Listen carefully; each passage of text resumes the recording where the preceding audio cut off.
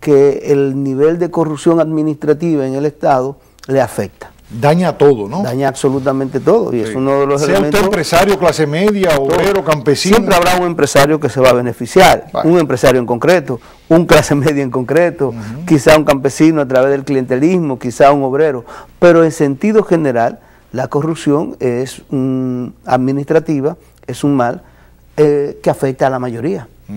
Y que, bueno, si se hace una buena campaña, debería formar parte de una agenda ciudadana que trate de incluir sectores. Muy bien, tenemos ese una ahí. La corrupción administrativa es uno de los elementos más importantes. El reclamo de la eficiencia gubernamental, de la racionalización en el uso de los recursos. Okay.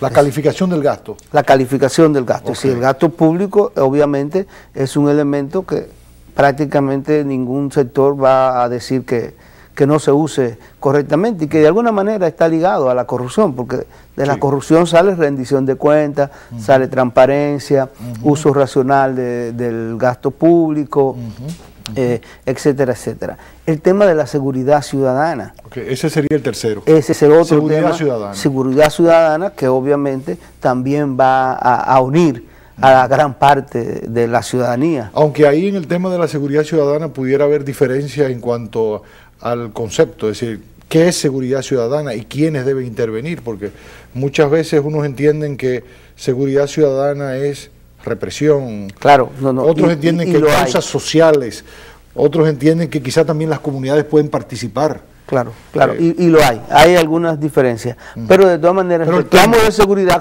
como globalidad es un espacio donde se puede discutir y pueden lograr ponerse de acuerdo los diferentes sectores. Es decir, es un espacio donde el interés va a ser tener más seguridad.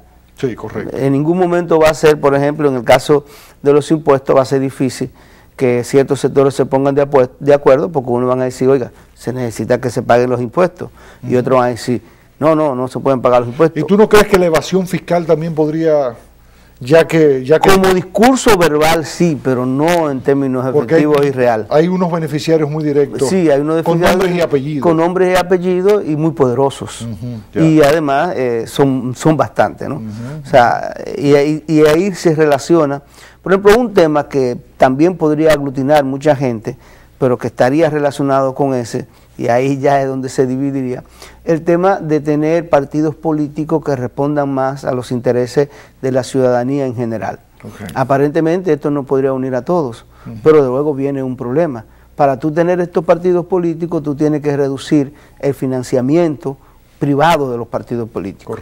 Reduciendo el financiamiento privado de los partidos políticos, o controlando, o regulándolo, o impidiendo que se haga en grandes proporciones, y que los partidos trabajen más con el financiamiento colectivo o público, eso impide entonces que los sectores de más poder pues tengan mayores niveles de influencia.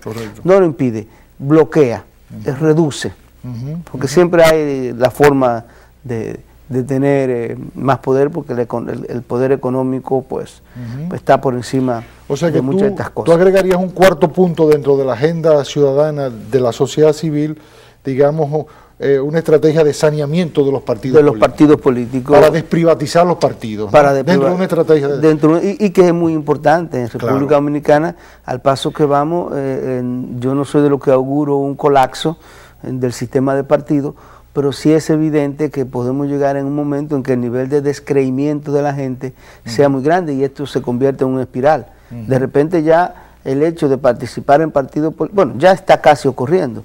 El hecho de participar en partidos políticos no está relacionado con el interés de posicionar una idea, de estimular la democracia, de porque yo tengo una ética del compromiso, sino que va a estar relacionado con un negocio cualquiera, como una industria.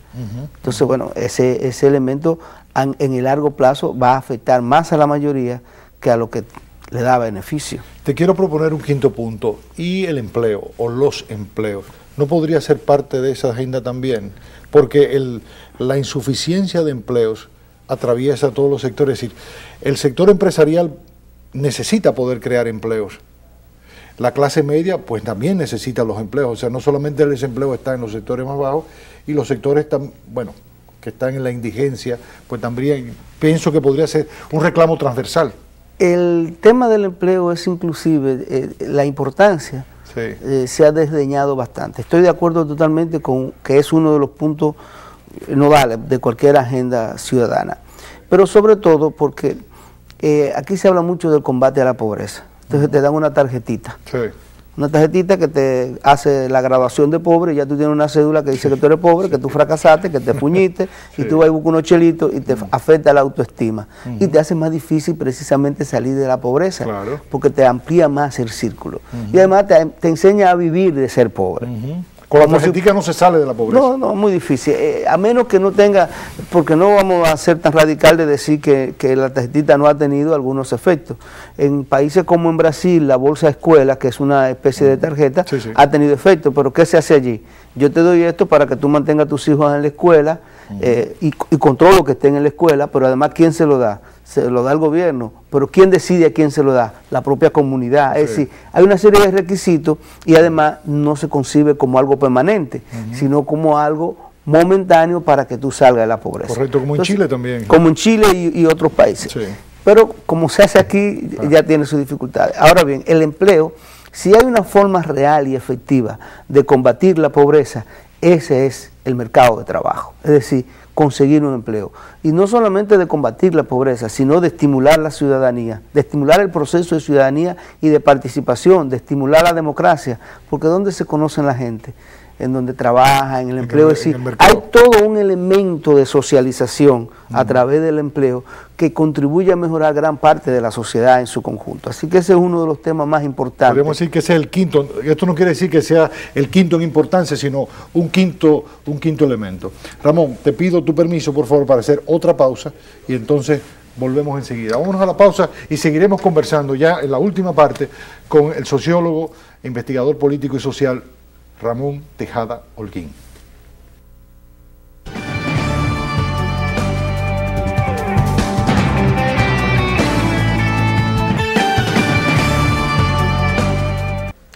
La agenda ciudadana en Ojalá, la sociedad civil. Llevamos un buen ratito conversando con Ramón Tejada Holguín y bueno, ya vamos viendo cómo la sociedad civil es, digamos, un conglomerado de sectores muy diversos, con intereses muy diversos, pero que es posible también encontrar puntos en común en su agenda, a pesar de esa diversidad, o digamos, también gracias a esa diversidad, podemos encontrar puntos en común que ya Ramón ha venido mencionando. El último punto que tú mencionabas, Ramón, no por ello menos importante, el tema del empleo. Y yo te planteo, o te sugiero, ¿no podríamos también tener el tema de la salud? Porque uno de los grandes inconvenientes es que, por ejemplo, en el caso del contributivo subsidiado, no ha podido iniciarse. Y el modelo, según los mismos expertos, el modelo que tenemos aquí de, digamos, de seguro familiar, es un modelo que presupone un pleno empleo, es decir, una sociedad donde haya más empleo. Entonces tenemos una sociedad donde casi el 56% de los empleos están en el sector informal. Un poquito más. Un poquito más de 56. Sí. Bueno, ya imagínate, es peor la situación. Entonces, ese precisamente es el sector donde no se ha iniciado, donde no se ha instalado la seguridad social, no hay protección en salud. Entonces, pienso que quizás podría convenir a todos, ¿no? Hay algunos temas, salud, educación, que teóricamente, obviamente, convienen a todos. Sí. ¿Por qué tú dices? Suena como malicioso de tu parte. Sí, porque en los hechos y en la realidad hay sectores muy poderosos que bloquean las posibilidades de que en estos temas se logren políticas de consenso. Es decir, yo siempre pongo el tema de justicia como un ejemplo en República Dominicana. En el año 90, 91, 92 ya, los grupos de poder más importantes de República Dominicana se dieron cuenta que era imposible continuar con lo que había en términos de justicia. Con el mercado persa que era la justicia. Inclusive